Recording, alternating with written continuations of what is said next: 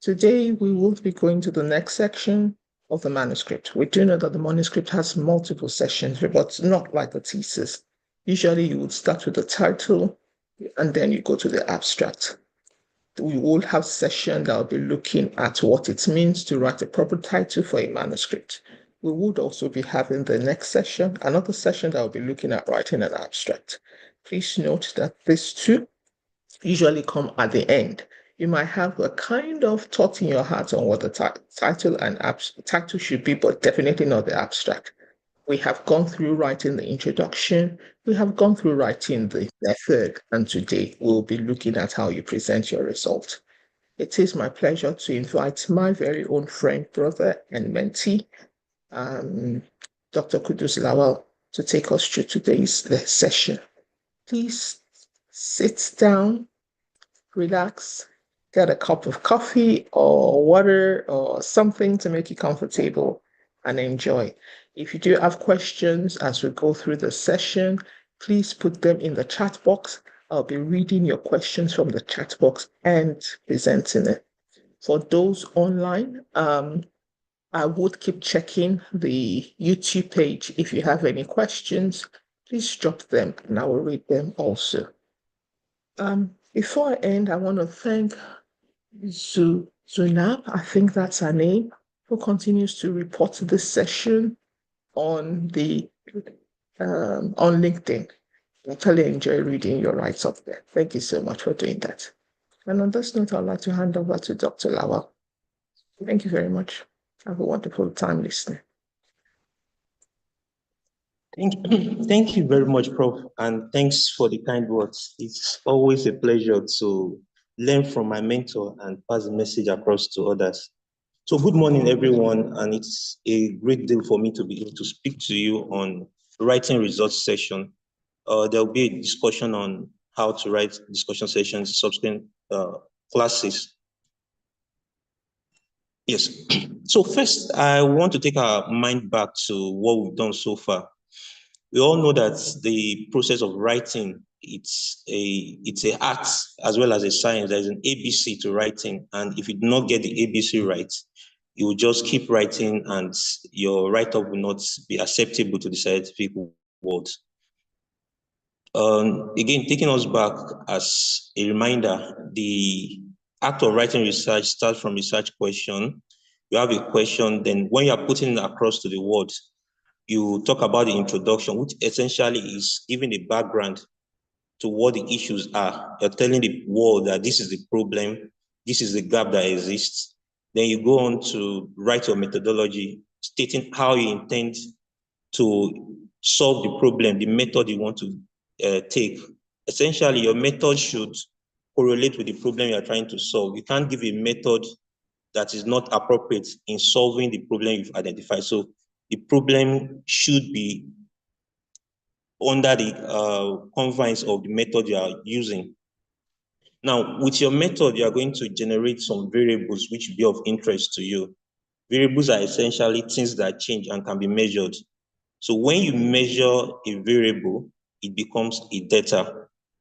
So data can be as many as possible. It can be in millions or trillions of different measured variables. But the only way to make sense of data that you've collected is to summarize it. And that forms your findings and you present it as a result. So result is like the climax of the work you've done. And you must present it in a precise way so that whoever is listening or reading your work will have a good grasp of what you've done. So the most important thing about your results is that it should be presented in a way that is fascinating and the reader is enjoy every aspect of your results. It shouldn't be boring, a long selection of data that does not strike any meaning to the audience, to the reader. So your results should answer the objective, like I mentioned, that your study states to address. First, you describe the variables of interest in your study. You would also give a background data about if you are doing a randomized control trial, you are expected to give a description of how balanced your arms are. This gives the reader an understanding of what happened during the study. Then the next thing you do is to show how there's association between your dependent and independent variable. What's the relationship between them? What's the level of association between the variable? These are the things you present next after describing the variable you studied. Then the last step is for you to make an inference to project the finding from your study to the general population. Remember, most times when we do research, we take a sample of the population with the aim of translating the finding, of making inference from the data, from the result we find to the general population. So you do an analysis and you report what's the inferential analysis that you've done, how it's going to relate to the general population. Now, there are guidelines to writing results, and that's what we are going to be focusing on today. First, I must mention that many of the top journals have description of how results should be written for them. And like Prof have emphasized over the years, for every manuscript you are writing, there is a guideline for writing it. And these guidelines exist for all forms of write-up. So whatever you are writing, any form of research, just get the appropriate guideline to tell you what should be in each session. But there are some other things that you probably will not find in such guidelines, which are the things we are going to be highlighting today. First, the results section is usually the shortest part of your manuscript, because what you are doing at this point is you are just providing facts as you find them. You are not doing any description or making any inference or making any induction of what you think the reason why the result is like that. So essentially, it's essentially a brief report of facts as your study show. So each of your paragraphs should be seen addressing a specific outcome. You don't combine so many findings in a single paragraph. Once a person reads a paragraph, you should have a clarity of what this paragraph is talking about.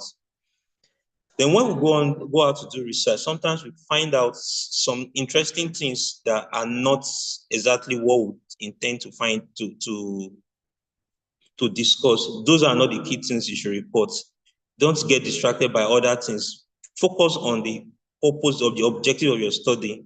You can report other findings as incidental finding later, but the first set of reporting should be the objective of your study. The objective to answer your findings that answer your objective should be the focus of your reporting.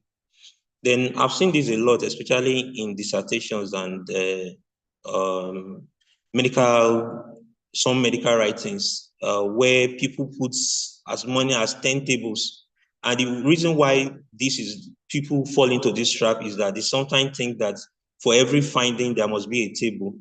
But we'll come into how you decide when to use a table, how you decide when to use a figure as we go in the conversation. But as much as possible, don't use more than 5 tables at most. Then your table should be appropriately labeled. Your table should be in such a way that if you take the table away from the manuscript, you can read the table and understand what exactly the message is passing. So your table should not require us to go into the write-up, the prose of your results to have an understanding of what the table stands for. It should be able to stand on its own. Similarly, your figures should be able to do that as well. You should give your tables enough tight label to be able to understand. The same way you should give your figures enough legend to be able to understand. Usually, it is said that you can use up to 50 words to describe your figure and table. And if necessary, you can actually go beyond that, but it should be concise as well. You shouldn't write a whole story describing your figure. So there is something called Emming's way of writing. It's essentially using essential words. Each word you use in your manuscript should be such that if you take that word away, it's going to distort the manuscript. Each word should have a role that is playing in the manuscript. Now let's go into how do you choose visual aids. Visual aids are means of summarizing and emphasizing key points and reducing the length of narration in your work. They help to simplify information. and it is a way of enhancing understanding. A picture or a visual aid should be such that it tells a story that words alone cannot tell. So have that at the back of your mind when you are deciding on using table or graphs, that this table or graph, is it going to help me pass a message that only words cannot pass? It should be concise, and there should be clarity of the narrative. Of course, like I mentioned, tables are one of the most, if not overused, visual aids. Then figures are anything that's any table. So we have many form of figures. It can be graphs, photographs, drawing, diagram, illustrations, and what have you. So in your manuscript, you are likely going to have few tables and few figures. Each of them should be labeled independently. So if you have table 1, it should follow that order 1, 2, 3, 4. And if you have figures 1, 2, 3, it should go in that order. You shouldn't mix table and figure together when you are labeling your table and figures. Now, this is a little busy slide, but I'm just going to pick the most important things. It's essentially a chart showing you what you use each of these for. I mean, each of the possible figures and table. What do you use them for? So table, essentially, you use table when you think it's important to provide the audience the raw figures, the raw data that comes out from the research. I also use table when you realize that the content of this table, if you want to present it as prose in your write-up, you're probably going to use more than 2 or 3 lines. Then table will be appropriate to pass across such a message. But if a single line or 2 statements can actually pass the message a whole table is going to pass, then it's better to use a narration to pass the message. When you want to show how things have changed over a period of time, then a line diagram, a line graph will be appropriate. And when you're trying to make a comparison between categorical variables, trying to show how categorical variables relate to one another, a bar chart will be an appropriate. If you're trying to make show how, for example, a process, you want to show how changes occur in, for example, you are doing a study on climate change. You want to demonstrate how the climate has changed between 2 decades ago and now. You can take a picture of how the cloud looks like now and then. There's no better way you're going to pass that message than using a picture. So when you are using picture, have it, when you are doing any form of figures, ask it at the back of your mind, what form will help you pass this message in the most appropriate way. Again, flowcharts can show you how things have changed sequentially. When you're trying to describe how things relate within a proportion, I mean, how proportions relate within a whole. So when you have a whole, and you're trying to show how they relate to one another, things like pie charts will be most appropriate to use, but there are limitations to using pie charts, which I'll come into as we go on. I'm sure we must have all seen different types of table in different type of literature. There are rules to drawing table. Many times we see that these rules are not followed, but basically there are 3 lines for a table. I'm going to show an example. We have the top line, the next one just below the descriptions, then the last line. That gives you a clear and precise table that can clearly be read. But when you start putting vertical and horizontal lines, dividing it into each cells, it's not going to be sightly enough. It's going to give, especially when you have a lot of variables to display, it's not so good. I mean, it doesn't read well to the audience. So I'm going to give you an example of how tables should be drawn. Like I mentioned, you should label your table well enough to be able to stand alone. Now, another important thing to talk about is abbreviation. Now, you're allowed to make abbreviation in order not to make your table too wordy. But at the same time, when you're using abbreviation, you must ensure that you explain the abbreviation under the label. The other thing about abbreviation is that don't make the whole table a table of abbreviation such that almost every content of the table cannot be understood without going to the label. So it's a balance between not making the table too wordy, at the same time, not using so much abbreviation that the table loses its clarity. So this is a table showing an example of what I was describing. This is the first line that I described, the first horizontal line. This is second horizontal line, and this is third horizontal line. This essentially is a subline that is trying to help to separate this description for this subsequent description. But what you see in some of the tables that I've seen in some manuscript, that you see an horizontal, a vertical line dividing this into each section, then you see it's up all over and it's difficult to read. So an effective table title should include both the general subject and enough detail to make sense without the text, like I've mentioned. It shouldn't be too vague, like saying social demographics of NYMA staff. It's better to mention the details like age, sex, and socioeconomic profile of NYMA staff in 2019. This has the advantage that it tells us what are the variables that are at play in this table. It told us the year and the number of population, the number of samples that are involved in this table. When you read something like this, you have a good understanding of what the table is all about. Then when you include table numbers in document, make sure you use the same terminology and similar title and headings. Be consistent in all your table. Again, you should not have a table in your manuscript that you not make any reference to in your prose. So your table is complementing your prose. It shouldn't be a standalone that is never discussed within your manuscript. And when you make a description, highlight the key things from your table. Don't fall into the trap of trying to mention everything that appears in your table in your prose. So if you have a table that is describing something and the key things you find there, that the key things you want the audience to look at in the table is probably sex distribution, you can talk about, the studies show that there is a high predominance of male within the study. 90% of 90% of participants were male. So that then you put in bracket the table which made reference to that. That way, the reader knows what important thing you want to highlight in that table. And if he or she chooses to know more detail, you can go through the whole table to see what happened within the table. But don't just put a table within a manuscript without explaining what you want the audience, the reader, to take a look at. I mentioned earlier the importance of line diagram. Line diagram helps you to show how things change over time. So it's usually a thing of trend, what has happened over a period of time. When you are using a line diagram, ensure that it's such that it can be clearly read. Don't put a line diagram that even you cannot interpret. So you can see this line diagram.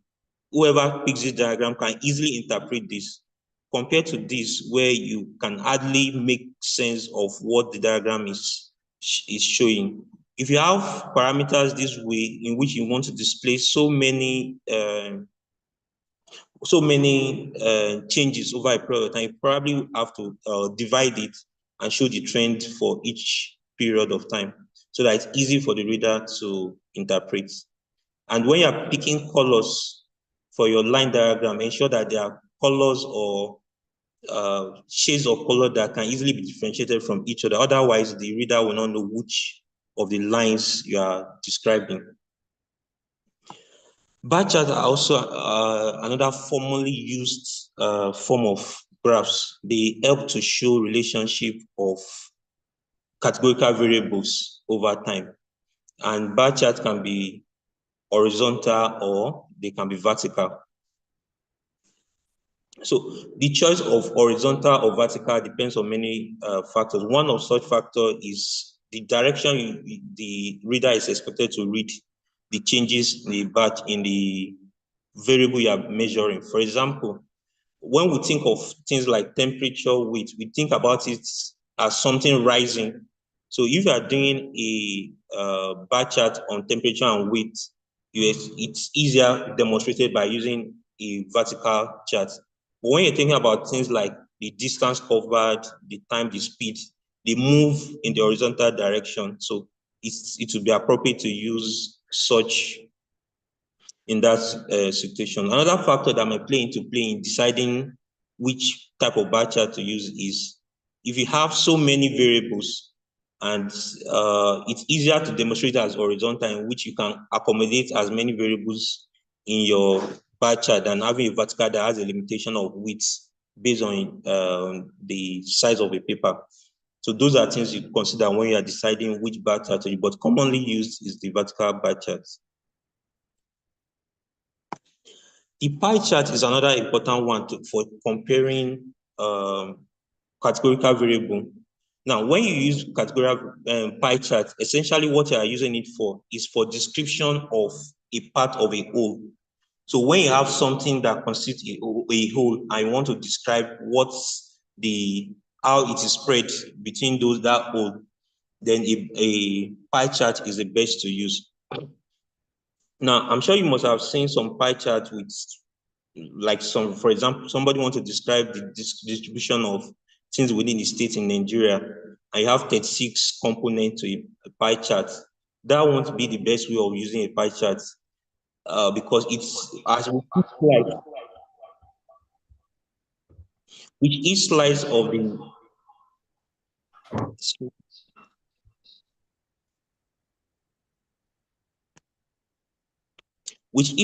the pie chart, with each increase in the number of slices of the pie chart, it gets difficult to delineate what each slice is contributing to the whole of the pie chart. So it is said that between 2 and 8 slices is just adequate to demonstrate what is in a pie chart. But when you start having 10, 20, 50, then it becomes not appropriate for pie chart. Probably use a bar chart for that purpose.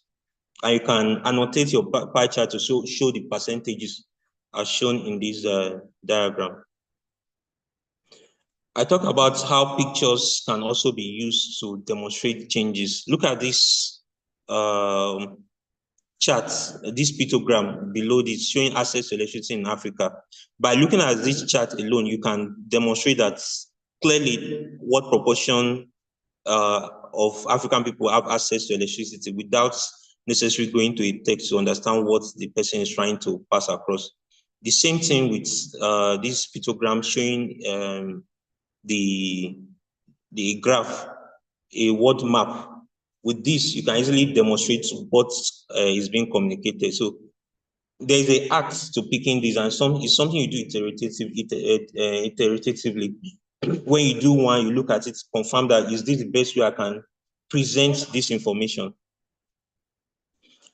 Now, scattered graph is another important graph that can be used, visual aid that can be used. It helps to show relationship between two continuous variables. So essentially, when you're using a scattered graph, the parameters you're assessing has to be the parameters you're assessing has to be continuous variables. So use it to correlate between two variables, and the way they relate to each other will tell you the strength of correlation and able to tell you how one variable relates to the next one. Like I mentioned earlier, most journals have specific requests for the use of visuals. Some journal will tell you maximum of 5 tables, 1 figure, 2 figures. They're going to tell you the limits to the number of variables. And one of the things we often say is that once you're starting to write a manuscript, it's always good to look at sample journal that you're likely to submit to and start using that to plan how you write your manuscripts so that you fall within the recommendation of the journal you intend to submit to. You should present your data in such a way that when systematic review is being done, your data can be used for such purpose. Don't present, if the common way of presenting data in the field in which you are researching is to present an odd ratio, don't just present frequency and percentage. Present an odd ratio so that it's easy for somebody doing systematic review to make use of your data in terms of doing a pool effect analysis. Make your manuscript applicable for systematic review when one is being done. Like the many pieces of manuscript, your illustration and its label should be able to tell a story independent of the manuscript. They are part of your manuscript, and so the manuscript should be incomplete without it. Otherwise, it should not be a part of it. I've emphasized this earlier. Maximum of 5 illustrations per manuscript is adequate. So I have some images here that I've shared on the chat box earlier, and I will be discussing why. So I gave a story of a student who is doing his PhD and has submitted to his supervisor on key findings he has in his study and what and presented his PhD thesis to his supervisor. And the supervisor has just stroked and written some comments, which he didn't make any comment on. So I've asked us on the platform to make comment about the tables and comments the supervisor made. So I'll just be going through them and explaining why the supervisor probably stroked it. All of these pictures I got from a reading material which I've shared on the platform, how to write biological papers. So if you look at this table, you can see that all the assessments were 0, 0, 0, 0. Nothing happened in this study. All of them were 0. So the writer, the student, the PhD student could have easily just written with a single statement that there was no changes in inhibition time, germination time, and there's no germination from each of the inhibitor. That is just a single statement, which will have captured all that has happened in this table. So these candidates are actually wasted space by using a table for which a single or two statement will have just covered it. So when you do a research work and there is no finding, it is not a must, because probably the reason why this person will fall into this is that there have been some people that say that for every objective, there must be a table. That is not true. If your finding does not necessitate you putting a table, then don't put it in it. Another thing I want to mention is that sometimes it may not be this obvious. Sometimes all of the parameters, all of the inhibitor as seen in this table may have some findings, but let's say thiourea had nothing, it was all 0. It is not a must that it must reflect thiourea in this table if it is all 0. You can mention it in the write-up that thiourea had no finding and just display the table. Other findings are shown in the table. So it is not appropriate to just put a table in which all the content, all the findings in it, all the variable shows 0 all true. You don't need to reflect that in a table. Now, this graph generated some comments which I will want to comment on. Of course, because of the way I captured this picture, there is no title to this table, which is right. Somebody made that comment. But beyond that, if you look at this table, it's difficult to delineate the contrast between the variable within contrast being compared. So this is colored. This color is almost close to this one, and it's difficult to read it. Then there is this grid line on it. So it is generally advised that there is no need to put a grid line. When you do it on Excel or some of these data analysis page, are going to give you grid line and all of that, but you can easily remove grid line by yourself from your write-up. So this grid line is not appropriate. Then this color, the contrast is not so clear. So I think I have a picture showing the better one in which this is shown so different from the other bar, and the comparison between the two can easily be demonstrated. Now, this table shows an important thing that I want to demonstrate. Now, the table is about growth rate of cell culture and activity of a particular enzyme in Pseudomonas infection. So the key variables, the exposure variable that is being compared is glucose, sucrose, and mannitol. And the outcome that is being determined is growth rate, activity of the enzyme, and each of the enzyme. So usually it's better to put your exposure or your independent variable on the rows while your column shows your outcome or the dependent variable. It's because we usually read horizontally, we read from left to right, not from up downward. So it's easier for the reader to read in this way. This is the general rule of thumb. There are exceptions to this in which you may need to do it in this way, but as a general rule of thumb, it's better your independent variable appears on the row while your outcome variable appears on the column. It's easier to read that way, and you can calculate a percentage across the row. Now, this is another chart. Again, a redundant use of figure. Now, for this figure, what is clearly shown here is that there is no change in growth rates, both for the variables being compared. So there is no need to have a graph to show this. A single statement could easily have shown that there is no change in growth rate, but for both fungi being compared, and that will have solved this use of this whole space to demonstrate what words can easily have explained. Now, there's something I missed that I think I should emphasize at this point, and you'll have noticed it. In tables, you give description of tables above your table, while in figures, your legend comes below the figure. So for every form of figure, you put your figure below, while your tables, you put it above. I just feel I should emphasize that now. Now, let's look at this graph. Everything looks okay in this graph. It shows how changes occur between cells and the patient period. It's a line diagram, and it seems appropriate. But you notice that in this paragraph, in this graph, all of this space is wasted. It's short. It doesn't really demonstrate how things have changed clearly. It occupies just a little space of the graph. So there are ways you can make adjustments in order to ensure that you use your graph as appropriate.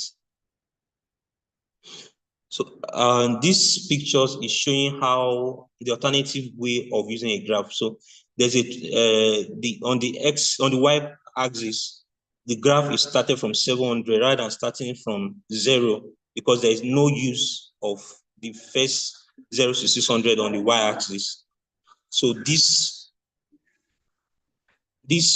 graph, it's better using the space, and also show the relationship, how things change better compared to the other one. And if you think 0 must appear in your graph, then you can use a truncation as shown here, where you cut off the 0 to 600 and it starts from 700. This way, the graph uses the whole space to demonstrate the message we want to pass across. Sorry, I think somebody is writing on the screen. Kadijat, please, you are using your screen marker. Now, this is another graph, another figure. It's a line diagram showing how things change over time. Now, if you look at the annotation of the graph, the symbol used here and the one used here are almost the same, and it's difficult for the reader to be able to delineate which is which. The person could have actually used maybe a plain unshaded dot here, while a shaded dot is used there, and it clearly shows how the two different marker measures, that's beams and width, changes over time. So these are little things that make a difference between a good use of graph or figure and somebody that does not make good use of it. So this is an example showing how it could have been done. You'll see this one can clearly show how things change over time compared to this one, in which you cannot clearly differentiate the changes of each of them. Now, this is another line diagram, and if you look at this speaks to what I mentioned earlier, in which if you combine so many line diagram, this is not combining so many, but the points of each of them are so close that it's difficult to delineate and read it clearly. So what can be done is to show the change of each of them independent of each other. So this is a graph showing that this you can clearly interpret and see how it changes over a period of time, and it communicates the message better than the first paragraph. I made reference to this earlier too, as regards how many slices of pie diagram pie chart may not necessarily help you to pass a message. When you have so many, more than 10 slices to demonstrate, then use an alternative form of chart to make your to pass your message.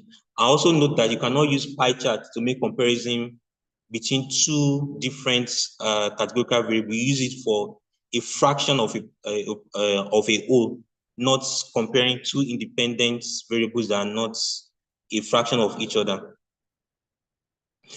So let's go to writing. So one of the comments the assessor made is rewrite some sections. So the candidate wrote compliance is increased by education and socioeconomic status, and the assessor asked him to rewrite it. The reason why this is to be rewritten is that there is this general rule that it's better to write in active tense than to write in passive tense. That shows that's the way it's generally accepted to write. So always check your statement and be sure that you are writing it in active rather than in passive way. So this could have been written as education and socioeconomic status increase compliance of participants, rather than saying compliance increase education and socioeconomic status. So when you are writing, always ensure that you are writing in active tense. A lot of times, many of us fall into this trap, but you must actively look out for it and check your tenses, how you write. There is another important thing about numbers. If you write, when you are writing numbers, ensure that, okay, this statement is there were 20 second year students in the study, and the assessor asked him to rewrite this. Now, if you look at this, the 20 and second are numbers and they are following each other. This is something you should never do when you are writing. If you have a situation where two numbers have to come after each other, the options you have is to rephrase the statement to have the two numbers not following each other, or to write one of the numbers in words while the other one stays in the Arabic numeral format. So this could have been written, there were 20 written in full in words, while the second year student stays. Or you could have, the write-up could have been written in which the second year and 20 stays far apart. There are words between the two so that it doesn't follow each other. Another important thing to talk about is this number 10. And this is something that we must emphasize because a lot of people fall into this trap. Your result is not an aspect where you discuss your finding.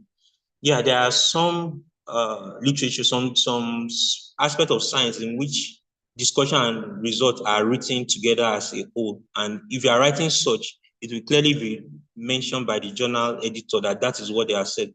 But for the majority of journals, you have a separate results from discussion, and you should not fall into the trap of trying to discuss your results within the results section. Discussion section is particularly meant for you to discuss your results, and as such, you should avoid the tendency to want to give your induction from your results. So this candidates wrote, unfortunately, most of the respondents were not sure of their last menstrual period. This person is already making a subjective impression about this study. So the word unfortunately, most of the respondents shouldn't have been there. You should just state what the number of respondents are or mention the proportion. 90% of the respondents were not sure of their result. So when we're not sure of their last menstrual period, when the candidate now gets to the discussion, he can now make an impression of what he or she makes of that finding. Now, this number 11, the assessor asks the candidate to rewrite this. And the reason for this is that she wrote 12 women gave their calendar record of their last menstrual period. The letter figure 12, you should never start a write-up with a figure. Rather, if you want to start with a number, then you should write it in full as a word and never start a statement. It's a general rule of writing, not just in scientific writing, but general rule of English. You should not use a figure. And so many times I've seen this in part two candidates write-up in which they just copy figures and just write 90% of the participants did this. Never write numbers. Numbers start a statement with figures. Start with what your number can come thereafter. Now, there's another important rule, which is the use of writing of figures less than 10. So when you have a figure that is less than 10, it's better to write it out If it's less than, less than 2 digit figures are better written fully. So for example, in this statement in which the person wrote in 6, you rather should have written in XIX rather than writing in figure 6. In 6 of the respondents, this happened. Now, there are times in which you have you are giving, for example, you want to say in the 5th and 10th respondent, this is what happened. In that case, you can actually maintain figure of 5 because it's not appropriate to write 5 in words, then write 10 as digits. So you can, in that situation, that's an exemption which you can present both the digits less than 2 and above 2 as figure. So thank you very much for listening. I'm sure there will be some questions which you can clarify going forward. Thank you very much, ma. Over, ma. Thank you so much, Dr. Kudus. Really brilliant. Even me sitting here, I was also learning. The space is open for questions now. I do not have any questions in the chat box. If you do have questions, please put them in the chat box so I can share with Dr. Kudus. Thank you once again for a very enlightening session. While we wait for questions in the chat box, I would want to ask you if there are other common errors you see when you read people's results section. Other things that we may want to avoid, which for you are very common errors you see when people write their results sections. Yeah, thank you very much for that question. Just to bring up some other common errors that I've noticed when people write results section. One of such is that people put, in arranging the order of their finding, they tend to arrange the order in such a way that it doesn't follow an order. It just bring in any of their finding as they deem it fit. So the order of writing results, basically, you want to present the most important finding first, and which relates to, again, that's why all aspects of your manuscript writing should have handshake. It should be so that everything relates to each other. So your most important objective should be the first one, and that will relate to how you also present your results. You can't present an incidental finding as your first finding, then put your main results at the lowermost aspect. Scientists are generally impatient people. They have a lot to do within a short period of time. So they want to see the most important result first before they start looking at the other incidental findings. But you see people just putting any form of results in any form, they put it after that. Then the other thing is you must be precise and concise in what you present. For example, one common thing I see is when you are presenting a bivariate variable, for example, male and female, you do not need to describe the result of male and also go ahead to describe the result of female. You can just pick one of them that is very important to you that you want to demonstrate. The reader is a scientist. The readers can make inference. Once you say male is 40% of the participants, I already know that 60% were female. So you don't need to report 40% were male, while 60% were female. This occur very commonly, and this is not what, again, your table, one of the way of limiting your table from being so voluminous is to report essential things. So if you report male on your table, then you don't need to report the female. Then when you have so many variables to report in the table, and then you have like 10 variables in which about 4 of them are like so minimal, while the other ones are the main finding, then in that case, you can group those non-important ones together while the main one stays in the table rather than put so lengthy table that is difficult for one to follow. Another important thing that I've seen is description of variables in a result section. When you describe a variable, when you describe your results, you must have done a test to show whether your variables are normally distributed or not for your continuous variable. And you should use the appropriate description. So You cannot have a variable that is not normally distributed and you are presenting mean for such result. These are things you tend to see in some papers. So I think those are the ones that comes to mind now. I don't know if there's anyone, Prof, that you may want to highlight. Thank you so much, Dr. Cletus. Really beautiful. There are questions coming now. I'll just add one or two things. First, to note once again, this is a manuscript writing workshop and not a thesis. Manuscript writing workshop and not a thesis.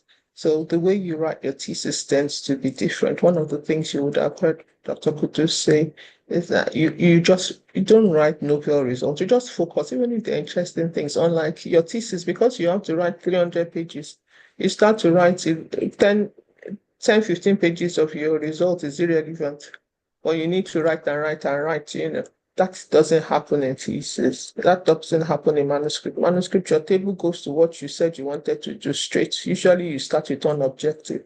You might end up only having 1, 2, 3 tables. That's why 5 is more than enough in a Q1, Q2 journal. For many of the manuscripts I write, one table. One table is all my manuscripts. So it's a skill also to learn that. Once I'm highlighting this again, please note that manuscript writing is different from thesis writing. And many times when you write your manuscript from your thesis, it's not a cut and paste thing. You might have to rearrange things. You can't just cut and paste and rearrange things in a way that it appropriately represents a manuscript as opposed to what is okay that will get you your cum laude for your thesis. Thank you once again. Let me go to the questions, Dr. Kutis. Hope you're ready to take them. The first question says, what is the best way to handle lengthy tables that cannot be contained in one page? Is it to break the table or to reduce the font size? Over. Thank you very much, man. This is a very important question, and oftentimes, especially when you are comparing your baseline characteristics or you are doing a systematic review where you have a large table to demonstrate. So the way to go, there are many ways, options that are available. First, you can think of first look at the content of the table and ensure that the content of the table is essential, because many times many lengthy tables that contain things that are not important to be on the table. So that's the first thing. The next thing to look at is rather than display table the normal way we display table, which is the portrait format, if you change it to landscape, would it change anything? Will it improve the managing of space? If that will help, then that's an option to explore. The last option is actually to break the table into subsection. But when you are breaking table, this is very important because I've seen some funny tables. When you are breaking table, be careful where you break your table. You can't be demonstrating a table that has, for example, ethnicity, and you have 5 ethnicity, and you break your table such that Hausa and Yoruba is in one table, on one page, then Igbo and another language is another page. Ensure you break your table in such a way that it's easy for the reader to follow your what each variable is being measured, so that they don't have to move between 2 tables, 2 pages to know what each table is all about. I'm still talking about tables and presentation of tables. I've seen some people reduce font like is suggested by this question. Please do not reduce the font of your table or make it unreadable just because you want it to be contained within a page. Of course, many manuscripts will ask, many journals will ask you to go and correct that. So your font should be maintained. What you should adjust is look at the content to ensure that what is within it is appropriate. If it's appropriate, then you can use the option of changing it from portrait to landscape or breaking it in an appropriate manner. Thank you. Thank you very much. You have other questions. One says, if one uses mixed methods in data collection, that is qualitative and quantitative methods, how do you write the findings from the qualitative part? Let me take that, Dr. Kudus, if you're okay. Um, because I was also conscious that you kept on talking of quantitative. Please note that what Dr. Kudus talked about is very applicable to what you're doing. If you have done your analysis appropriately and you have identified your teams and sub-teams, Then you report as teams, as subteams. You remember when you did your analysis, which is your method, you said this was what you were doing. Whether it's deductive or inductive analysis, whichever one you do, you will generate teams and also and subteams. You may not generate subteams, but you can. And then you discuss based on teams and subteams. I hope that answers your question. Thank you for allowing me to speak in there, Dr. Kudus. You have another question. Says in a single paper, can we use both tables and figures at the same time? Over. Absolutely, you can use table and figure in the same manuscript. But one thing I would emphasize at this point is that, which I've also actually seen, is that people will demonstrate it, will put a table in a manuscript, and at the same time, the content of the table will be used to demonstrate a figure. I'll give an example. So you give social demographics of the population within, I mean, the table one, which is essentially social demographic of your participants. You now pick gender and create a pie chart. That is not necessary. That's a waste of figure and table. So you should not demonstrate the same content with figure and table. If you think the best way to demonstrate that variable you want to demonstrate is a figure, then go ahead with the figure.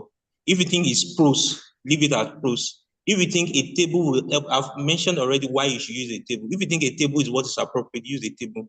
But there is no need to replicate, I mean, we don't want to waste space.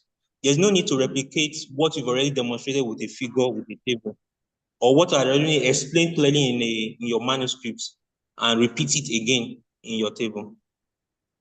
Thank you very much. Just to clarify that it's not about wasting space. So it's the wrong thing. You either do one or the other, even if you have all the space in the world. Yeah. And you have another question here that says, thank you for your presentation. What's your advice to early career researchers on the choice of chart or figure to use? All right, thank you very much. I think I emphasized that during the course of the presentation, but just for emphasis, first, you need to think through what message do you want to pass to your audience. That's the basic thing. That's the first thing that should come to your mind. What message am I passing? What's the most important message I'm passing to my audience? Then the next thing is, what is the best way I will pass this message? For example, like the table I showed you, in which there is no changes, there is no need to use a table to do that. A single statement is going to cover that. But if you want to show how things changes over a period of time, like when I said of climate change, then a picture would probably be the best to demonstrate it. Or you want to show how a proportion of things, the changes within a proportion, then a pie chart will tell you. If you want to see how things have changed over a long period of time, then a line diagram. So it's about you thinking about it. Sometimes I would come up with 2 or 3 charts and now ask myself which of these best demonstrate the message I want to pass. So it's an iterative thing, something you're going to sit down and ask yourself, this message. So when you give your work to a statistician, they're going to give you tables, as many tables as possible. Then you now sit down and ask yourself, what is the best way to pass the message this table is containing? Then you decide and go ahead with that. Thank you very much. There are two other questions that I think have been um, answered by Dr. Kudus. Larry asked how to demonstrate your figures and tables. Do you need to choose one? I think he's already answered you to say yes. Queen also asked the same. Do you do results in tables and in charts? And I think Dr. Kudus has answered yes. All right. And no, you choose one and you find which one is appropriate. He showed you a list of possible use of visuals, and I'm sure those who were in Dr. Taiwo's class on quantitative methodology, he also brilliantly went through a number of visual representative of quantitative data, a lot more than we had discussed here today. If you can refer to those YouTube sessions, you will definitely benefit a lot. I think there's one more question coming. We have 6 more minutes. Says, can you use research question 1 as tables and research question 2 figures? I guess you understand the question, Dr. Kudus. Over. Ah, I am trying to understand the question. I Research think, question I think, one. yeah, I think I assume what this person is asking is that, okay, if you in the same manuscript, you represent the answer to a question in a table, and you also have figures, uh, in the same manuscript. I feel that's how I'm figuring it out. I hope if the person can clarify what they're saying better in the chat, that will help. Yeah, But I yeah, think, yeah, over to you, Dr. Peters. Yeah. yes. Well, I if it's just if the question is about using a table to represent, I mean, a figure to represent each research question, it is not a must that each of the research question must be demonstrated with a table or figure. Use the basic rule I've explained earlier to decide which you need to do. But if you think a table or a figure will best answer the question, I mean, better demonstrate the question that is being answered, please feel free to use it. There is something that I think I should mention that I did not emphasize. There is this tendency to want to take away a negative result from, I mean, not wanting to report a negative report. It's important to emphasize at this point that your negative result is as important as your positive result, so that you don't do what we call publication bias, in which you take away negative results. So please, your negative result is as important as your positive results. Probably your results will help tell others how not to do it. So please, let's avoid the tendency to only report what is positive. Thanks and Thank over, you ma. very much. Yes. Asite Kwale, please put your questions or comments in the chat box. Thank you, Dr. Kudus, for highlighting that. Remember once again that when you're writing your results, you are answering your objective.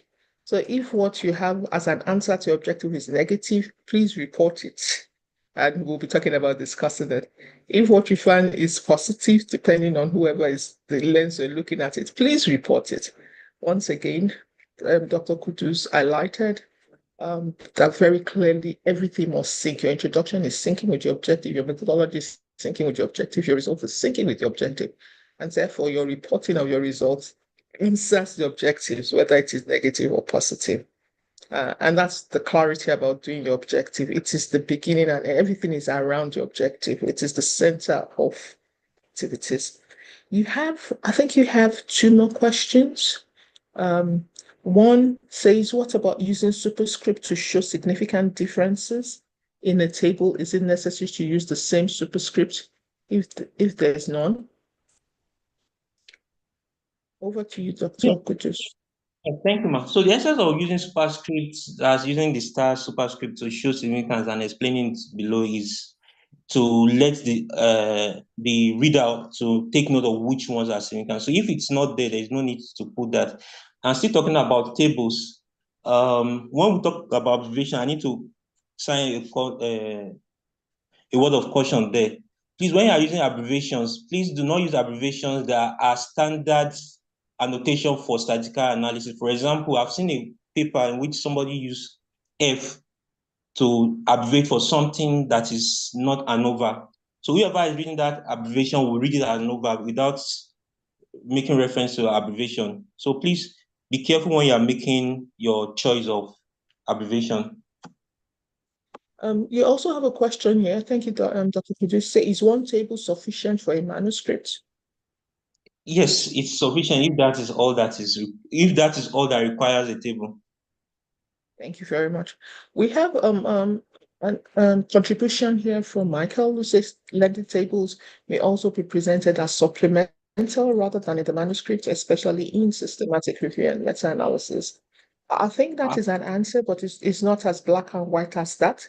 Your supplemental table is an addendum to answering your question. If your main table that is answering your research question is lengthy, you have to find a way of presenting it in the main body. There are indications for supplemental tables, and there are indications for table being in the manuscript. So your supplemental tables are things that are supporting the very answer to your questions. Okay. So please do read. It's not every, there are indications for supplemental files and what should be in the manuscript. Am I speaking am I speaking your mind, Dr. Kudus, or am I on my own? Absolutely. Absolutely. Yeah. Okay. Very good. We have 1 more minute. Let me see if there's anything you can take in that 1 minute. Okay. Dr. Go ahead. Kudus, Dr. Kudus mentioned that the report on important objectives or research questions not necessarily arranged in question 1, 2. Actually, don't understand. If you are on the platform, would you like to take this question forward? I truly don't understand, and we are just on top of the hour. Thank you very much, everybody, for being part of this brilliant session. Thank you, Dr. Kudus, for lending your voice and your time to enable us understand things better. For those on the platform, please take your questions forward and we continue to engage. Otherwise, have a wonderful month. Happy New Month. For those fasting, happy Ramadan. God bless you. See you next week. Over. Bye. Thank you. Thank you, Prof. Thank you, Doctor. Thank you.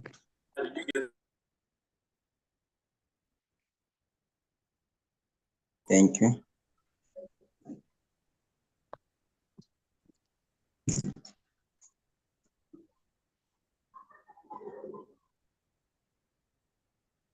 Thank you very much, Prof. Thank you, Dr. Kudus.